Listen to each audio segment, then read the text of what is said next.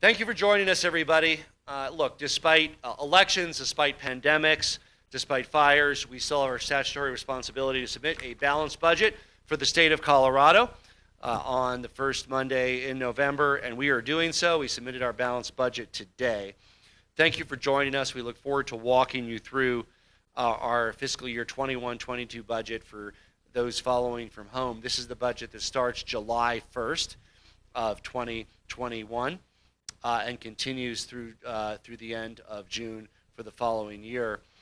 And of course, this is just the start of the budgetary process. The budget is written by the Joint Budget Committee, a special committee of our Colorado State Legislature that's bicamerally composed of Republicans and Democrats from the House and Senate, then has to go to both chambers, ultimately has to be signed by the governor. But this is just the beginning of that process today with our balanced budget that we're submitting here. Before we get into those details, I just want to briefly again address the COVID trends, and they do tie into the budget. We are seeing very alarming, concerning trends in Colorado. 3 days in a row with more than 2,500 cases. Now remember, 6 weeks ago we had 400 cases a day. Now 2,500 cases a day. We're reaching an alarming inflection point. If this trend continues, our hospitals will run out of capacity in the weeks ahead. So we're not doing a good enough job, my fellow Coloradans. We need to do better wearing masks when we're around others, limiting social interactions, avoiding social gatherings, just for a few critical weeks here into the holiday season. Let's avoid getting together so that we can see our loved ones over the holidays. Washing your hands regularly when you get home if you absolutely have to go out, and of course physically distancing if you need to be around others, keeping 6, 8, 10 feet away.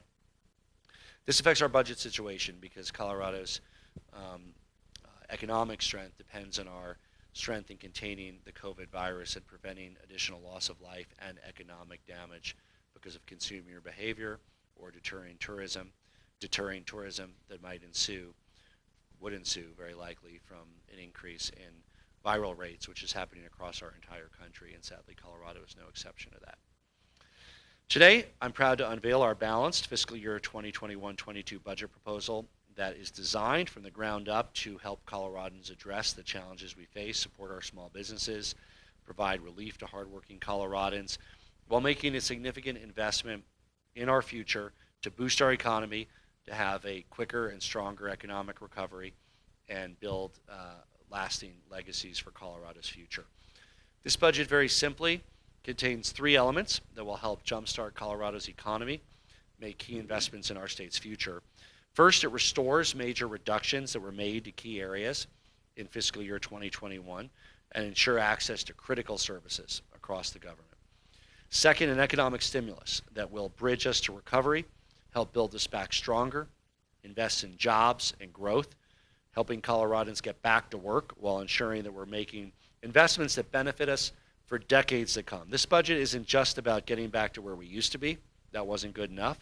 It's about taking this challenging time, this difficult time, to utilize lessons learned and boldly forge a path that positions our state for the future in a more equitable way by making key strategic investments to show that we build back stronger, more inclusive, and more resilient, and saving for the future.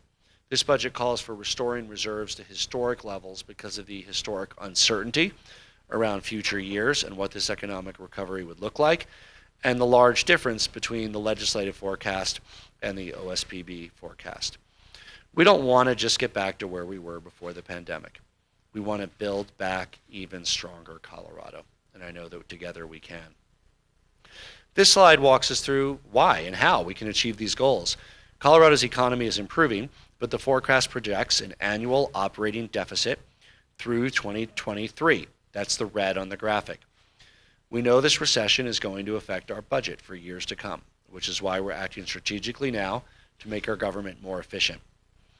One-time funds carried forward, those are shown in green, can now be used to do 2 critical things: to reduce the deficit and to stimulate the economy now to help Colorado recover faster and better in the private sector and for the state budget, which reflects our private sector success. Investment in a robust and rapid recovery coupled with strong reserves, is the best way to ease budget pressure in future years. Coloradans have been through a lot this year. For us, it just hasn't been the global pandemic alone. It's been historic wildfires, racial reckoning, civil unrest. Each of these crises is a reminder of how important it is that we dig deep and work hard to continue moving forward to create a better future for the state of Colorado. This epidemic has exposed many of the weaknesses in our system and forced us to think about the ways that we can all do better. If there's one thing we've learned about during this pandemic, it's that the issues that affect all of us, our schools, healthcare, climate change, economic stability, are more important than ever before and have truly become kitchen table issues for Colorado families. With this budget, we're restoring the painful cuts that were made in fiscal year 2021 and ensuring that the critical services that Coloradans depend on can continue. It's imperative that we maintain the important services that Coloradans rely on. Total funds, $35.4 billion, general fund, $13.6 billion, and agency operating budget 7.3% above fiscal year 2019 and 20. During this last legislative session, difficult decisions had to be made, including painful budget cuts. I'm proud that in this budget, we're able to restore the major reductions that had to be made over the last summer. We restore and increase per pupil funding for education by $902 per student. And that returns the budget stabilization factor for 2019 and 20 to $572 million, leaving the funding gap for our schools at an 11-year low. We restore funding for higher education to 2019-2020 levels, and we maintain financial aid for students who need it. We restore funding for the para-direct distribution to protect pensions for public servants, and we fund caseload needs in Medicaid and Human Services based on the actuals and what's needed, and we invest in high-need capital projects. The most important investment that we all make as a state and that we make in our future is in our children and is in education. This school year has been nothing like what anyone expected, and the pandemic has exposed the importance of having a safe environment where our kids can learn. Many families are experiencing the challenges of remote learning when they have to go online for a period of days or weeks if there's a outbreak in a cohort or at a school. And I want to thank our state's educators, staff, school leaders, and others who are working harder than ever before and adapting and showing that flexibility to help get kids the education they deserve.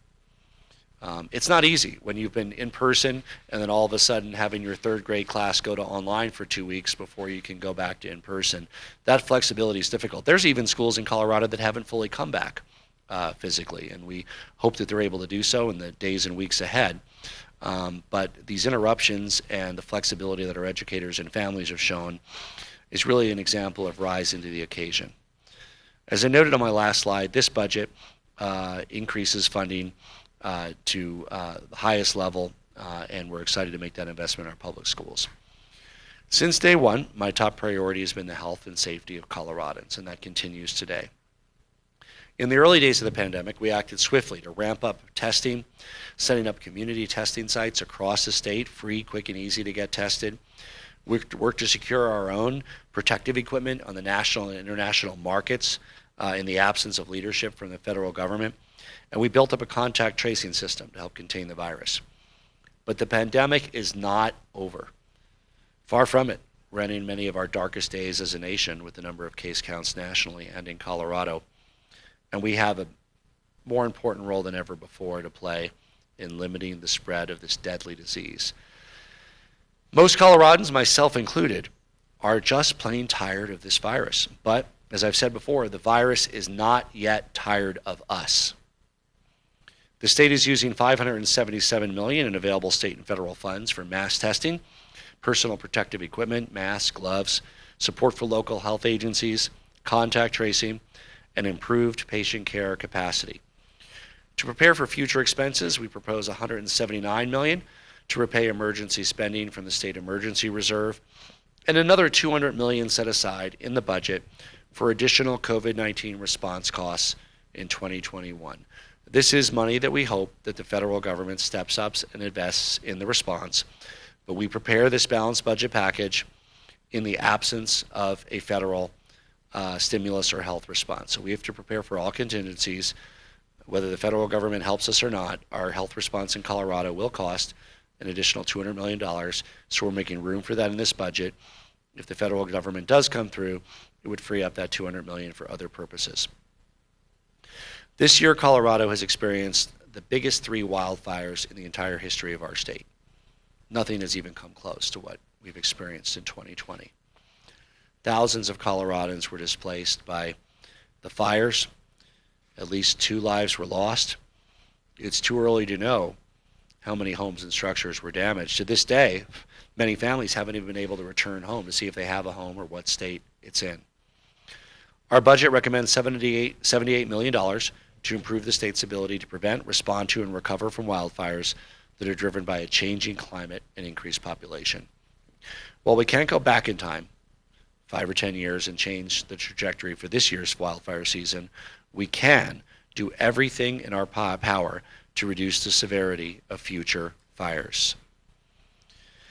Many hardworking Coloradans have been suffering as a result of the economic challenges that this pandemic has posed.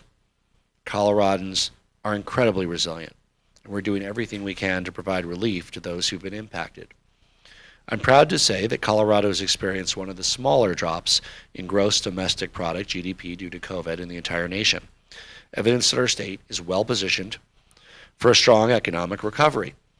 But we cannot take that for granted, and that's little consolation to the many families who find themselves in a very difficult situation, worried about how they can make their rent or put food on the table. That's why we're working to help move Colorado in the right direction by putting forth an economic stimulus and recovery package to strengthen our economy.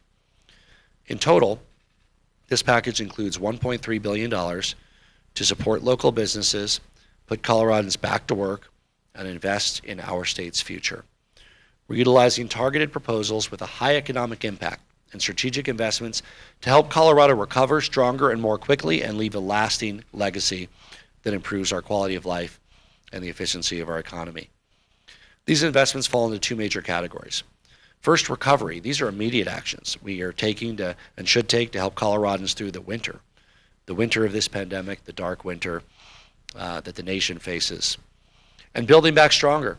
Stimulus package to supercharge our recovery and our economy, giving Colorado a competitive advantage to climb out quicker and faster and more boldly from this recession than any other state. And that includes $200 million for legislative priorities. We'll go over these priorities on another slide in a moment. But while Washington, D.C. continues to bicker about a new relief package, many people across our state and country are struggling without the support they need. But in Colorado, we do what we can to take care of our own. That's why last week, in partnership with the legislature, we took action to direct payments into the pockets of hardworking Coloradans who've suffered job loss due to this pandemic. I announced we're distributing a one-time direct payment of $375 to 435,000 hardworking Coloradans, middle income and low income. These payments will go out by the first week in December.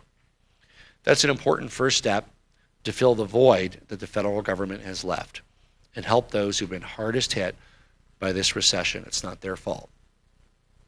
We're also proposing $105 million in tax relief and direct aid for restaurants, bars, and other small businesses that are hit by capacity restrictions and lack of consumer confidence. Our small businesses are what make up the fabric of our communities, and we want to make sure that the state is there to partner with them to help them get through the difficult winter months, especially with reduced outdoor dining capacity. This pandemic has also laid bare the weaknesses and inequalities in our system that already existed but have only been highlighted during a pandemic. Communities of color have been hit particularly hard. We want to make sure our recovery is equitable and helps those who have been most impacted by the pandemic. That's why the stimulus and investment proposal includes $50 million to prevent housing evictions and direct benefits for individuals who aren't eligible for other assistance, $50 million in support for child care providers to help the workforce return to work, more than $30 million in grants and technical assistance for communities that have traditionally had difficulty accessing capital, and as a dedicated strategic fund in the Minority Business Office. $4 million in grants for local law enforcement to purchase body cameras, and $1 million to help Colorado identify and begin to address health disparities. As we begin to recover, we don't want to just get back to where we were before. We want an even better Colorado, an even better America. We want to make strategic investments that not only boost our economy in the short and medium term, but support Colorado's economic and cultural vitality far into the future. To build back stronger than before, our stimulus package includes $220 million to create jobs by investing in shovel-ready public works and infrastructure projects, $160 million to invest in broadband infrastructure to enable businesses, education, and healthcare, especially in rural Colorado, $140 million to invest in our workforce and incentivize businesses to come and grow and expand in the great state of Colorado, and a $200 million placeholder for one-time investments and stimulus priorities of Republicans and Democrats in the legislature. We want everybody's ideas to help Colorado get through this quicker than any other state and resume our economic growth as a leading state in the nation. Well, this budget has important relief that helps Coloradans now. We also know they're going to be dealing with the economic impact of the pandemic for years ahead. That's why we're taking action to save funds for Colorado's future. Not only do we want to do everything we can to support Coloradans today, we want to be a model steward of taxpayer dollars. In the last quarter of 2019 and 20, revenue plummeted as a result of COVID-19, and the state's reserves were wiped out in just a few months. This budget proposal would increase our reserves to the highest level ever. General fund reserves from 2.86% to 10% for 2021-22. We carry forward $1.26 billion to reduce the deficit in 22-23 and protect against the great uncertainty. And we propose a responsible savings package of $422 million, of which $272 million is general fund. While we've restored the most painful cuts, we're doing responsible savings wherever we can. These efforts to find savings predate the pandemic, but they're made even more urgent and more important by the times that we live in. This Budget Navigator is a guide to help connect the requests in this budget to our public-facing dashboard and our values. This dashboard is a transparent tool to help Coloradans follow along progress on the goals we've set. The Navigator is organized into our Bold 4 and the investments we're making in our Bold 4 areas: 100% renewable energy, saving people money on health care, early childhood education, and tax reform, and the Stimulus and Economic Recovery Budget Navigator. Transparency continues to be our priority, and we want to make sure Coloradans see exactly how these budget requests tie in with our goals and our values. This budget is for the people of Colorado. It's about the challenges that families face with uncertainty in their job, reduced hours, having to teach a kid at home on and off. I've been proud to see how our state and community have responded to these challenges, but we are not yet in the clear. We have a long road ahead of us. First, on the health side, where we know we need to do a better job now, avoiding socializing with others, wearing a mask in public, washing our hands, and keeping our distance. And on the economic side, which will have a longer tail. But I know that together, we're going to come out the other side of this even stronger and more resilient than when we started. As we look into Colorado's bright future, we have an opportunity to not just build back, but build back stronger. And I look forward to working with our General Assembly to move Colorado further down the path of a robust and rapid economic recovery. Thank you. We're happy to take some questions. In the beginning, you mentioned that the budget is very much tied to the coronavirus and how it's impacted by that. Over the weekend, there was a huge spike in the positivity rate. What's behind that in your estimation, and do you have any plans to further restrictions after the election? We are seeing a national increase, hitting historic highs in coronavirus daily counts. Well over 40 states have increases, Colorado among them. We are hitting our historic high case counts. Our hospitalization numbers continue to increase. I hope that this is a wake-up call to Coloradans that this is not the time for coronavirus fatigue. We need to do an even better job, as we did in August, living our lives in a sustainable way, but not socializing unless absolutely necessary, wearing a mask whenever you're in a store or workplace or in public, washing your hands whenever you come home or handle a product, washing your hands with soap, and keeping your distance if you absolutely have to interact with somebody, trying to keep 6, 8, 10 feet away while you're both wearing masks. We have to do better. We must do better. It's about saving lives. It's also about our economic recovery. Colorado has fared better economically, in large part because we've fared better from a health perspective. That is very much at risk in over 40 states, and we need to make sure that Coloradans continue to step up to meet the challenges of the day.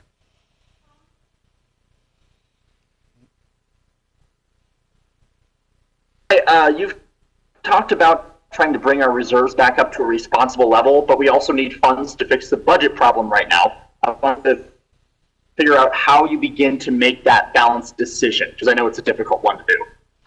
So the budget deficit is more significant in the 2022-2023 year.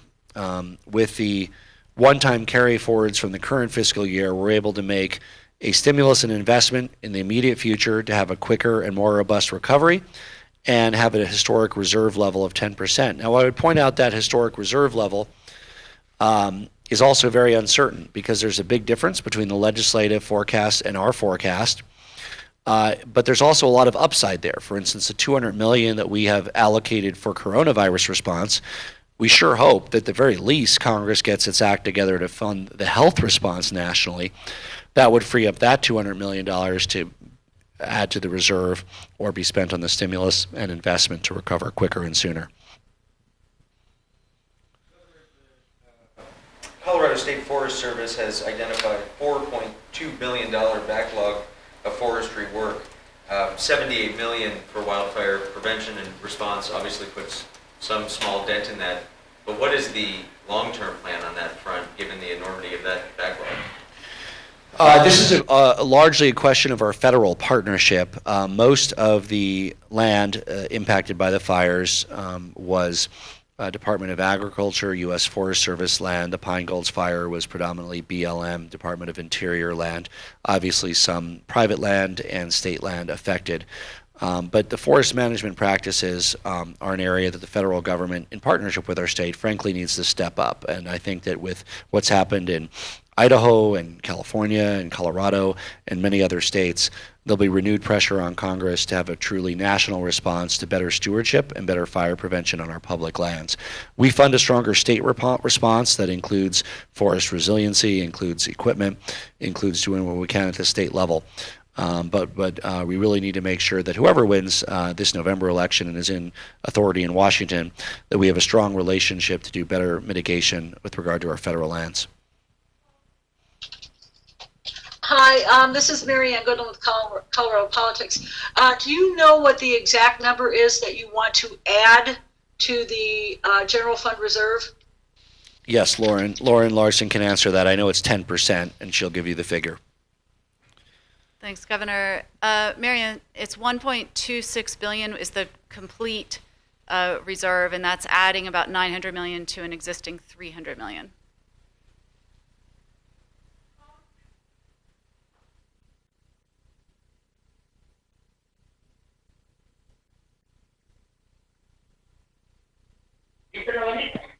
Hello, Governor. I'm Jesus Carrasquel from Noticias Univisión, Colorado. Governor, tomorrow is the election day. Please, in Spanish, ¿cómo se prepara el Estado para posibles protestas el día de mañana? Su vota es su voz. Por favor, vote mañana. Es la cosa más importante para la futura de nuestro Estado y de nuestro país.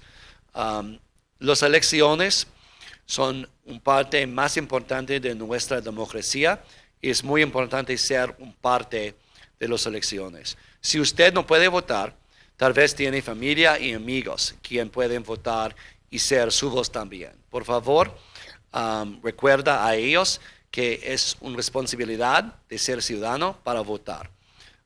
Y todos deben votar mañana. Si todavía tiene su balota, es demasiado tarde para regresarlo por correo regular. Por favor, usa un buzón oficial de elección o regrésalo en un polling place or county clerk office. Si no recibieron el boleta y usted es ciudadano, todavía puede votar. Ir en propia a una elección lugar mañana en un county clerk office. Usa el sitio de red govotecolorado.gov. If I can just have a follow-up question to the one I asked a while ago. The numbers spiked dramatically over the weekend. What do you feel is behind this? What's your message to the people of Colorado? The number went up significantly. It's been more than this last weekend. This has been the extremely alarming trend. It's really a all bell alarm now for our hospital capacity and for our state. It is coronavirus fatigue. It is people in social gatherings that are unstructured. It's just living our everyday lives in a different way than we did in July and August when we had this under control. And we we can't go back to how we lived our lives in January, February before the pandemic yet. And I think people want to. We all want to. But it's far from over. And this is a stark and deadly reminder that we need to wake up, see the danger, stay home whenever we can, wear masks whenever we're around others, wash our hands regularly, and be safe.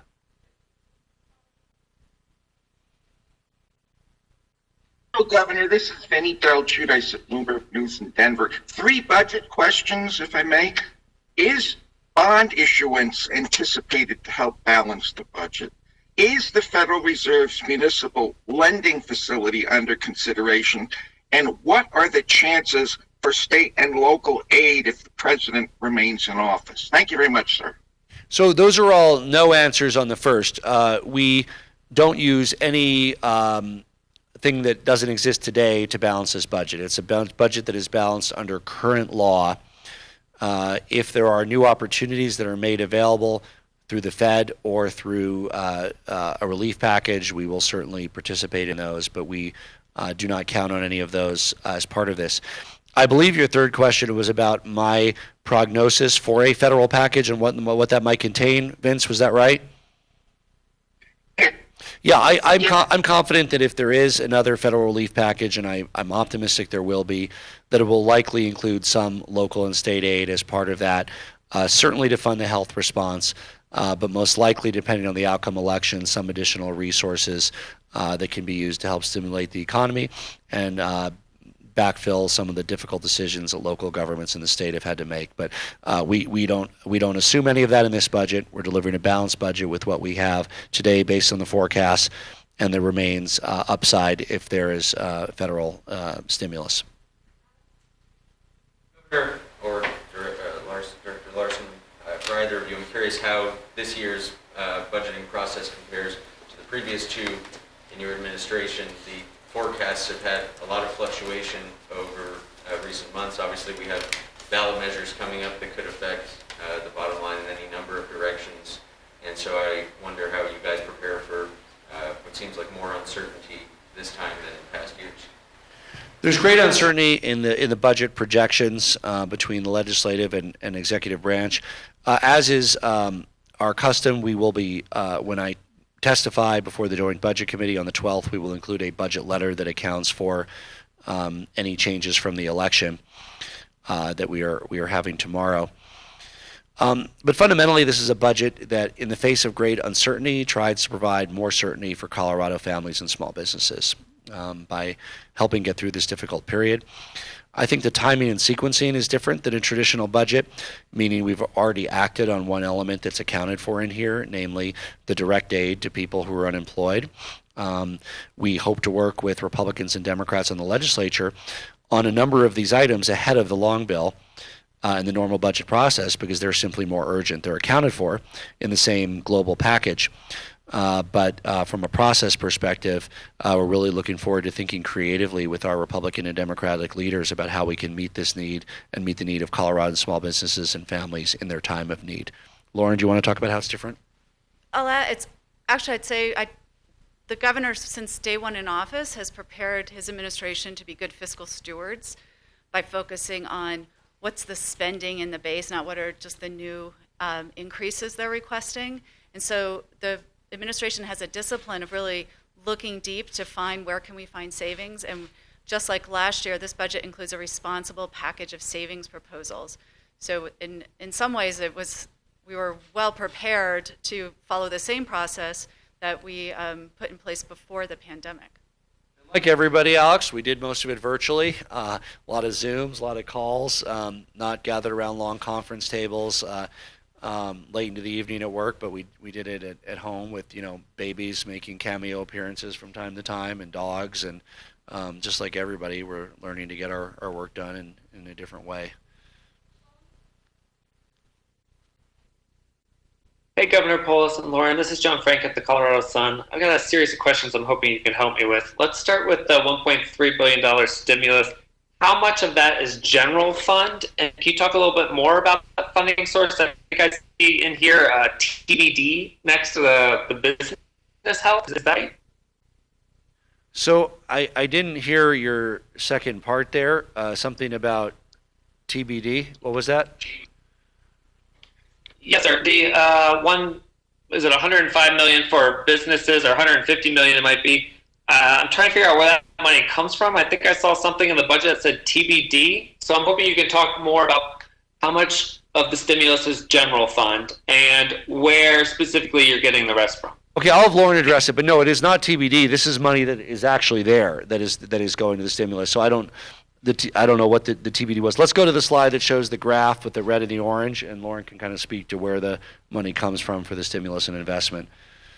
Yes, the TBD is on page 46 in case it's helpful, line 11 in your chart. Maybe that's a reference to a fund I'm not aware of the acronym for, though. 46. Page 46. Lauren, do you see that? Oh, it's a count. That's because it's a new program and the account number hasn't been set up yet. That's what I think. Thank you. The full stimulus package. Go to the one with the graph that shows the red and the green gap in the money. Keep going. This one. There we go. Lauren will speak. So this one answers your question, and Lauren will walk you through it. So the full stimulus package is general fund. How do we get here where there's enough, where we have funds to invest in stimulus? You can see in the green chart here, the revenues came in over and above where the budget was set. So in the bottom line is where the revenue forecast was in May, where the budget was set to. The revenue came in higher. That's the C line, and the difference is the green. That's one-time funds because we bounced back a little faster, a little more than we expected, but we're still forecasting annual operating deficits well into the future. That's the red. So the governor's proposing to do three things with these green one-time funds.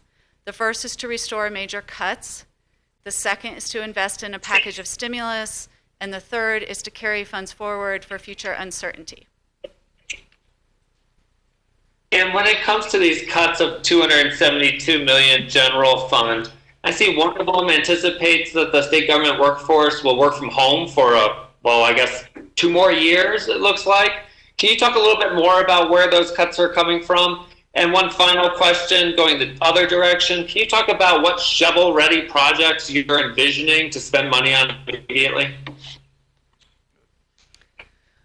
So the savings right now from changes in the workforce, we are hoping to reimagine government and how we deliver services. That is not contributing to a major piece of the budgetary savings at this point, although it could in the future. For shovel-ready projects, the Department of Transportation has a number of projects in both rural and urban areas that are ready to go, and if they can get an increase in funds for this fiscal year, that those can create jobs and dollars in the economy right away. We're also wanting to create jobs through, think about the Civilian Conservation Corps back from early in the recovery from the Great Depression. We're looking at investing in projects that build our public works, expand our campgrounds, improve, help our park system with its increasing 50% jump in capacity and visitors that they've had over the past multiple years. And so this is a package that if funded quickly, can add jobs and can help prepare and make our state better for the future.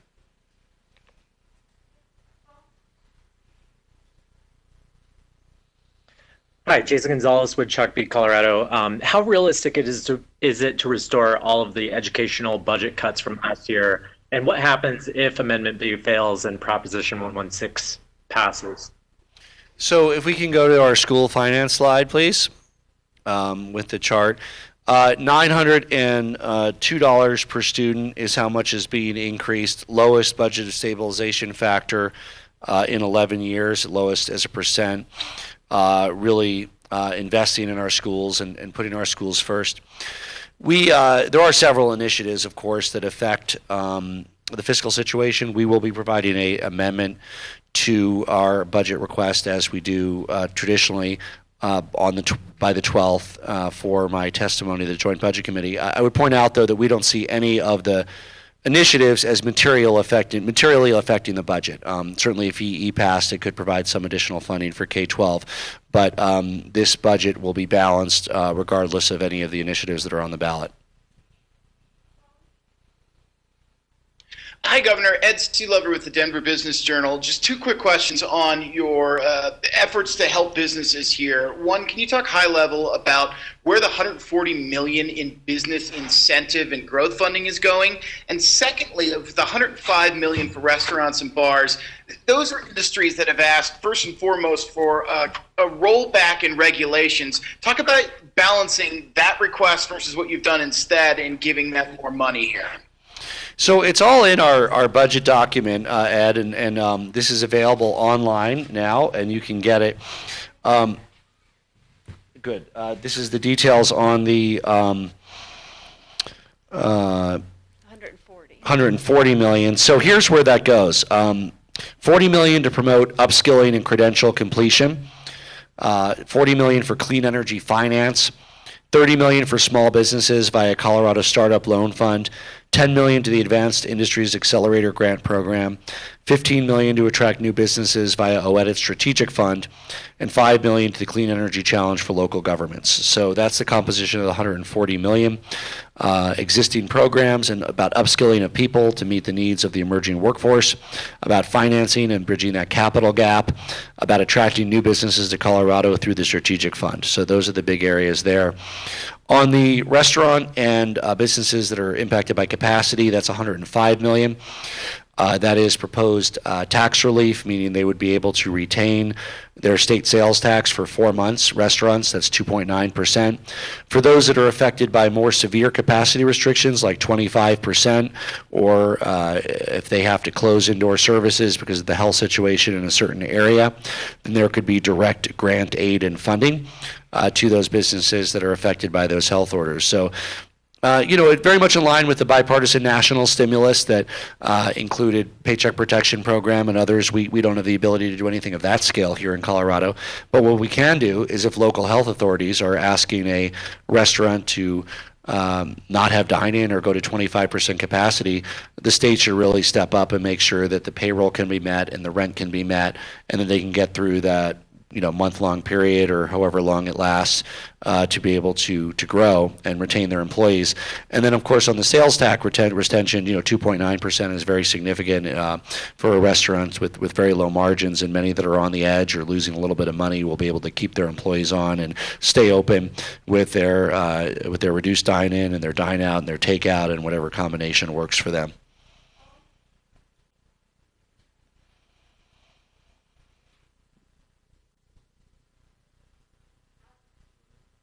There's somewhere in the range of 200,000 unauthorized immigrants living in Colorado. These are people who have missed out on federal stimulus money. These are people who are not going to get the $375 stimulus money through the $375 stimulus program you guys just announced.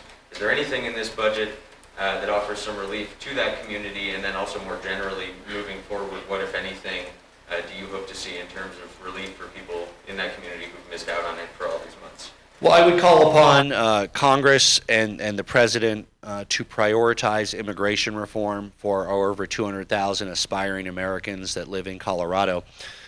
Frequently, we are prevented from using federal funds for direct benefit. We don't have those same restrictions on our state funds, and so absolutely we view Dreamers and other Coloradans who live here and work here and are an important part of Colorado's success. We view them as very much a bit a part of our state as anybody else, and the failure of the government to act in immigration reform should not be held against long-term Colorado residents who are critical parts of our community. And so when housing and rental assistance and direct benefits and those kinds of programs would also benefit individuals who are not eligible for other assistance, because we don't have those same restrictions that we would have under federal funding.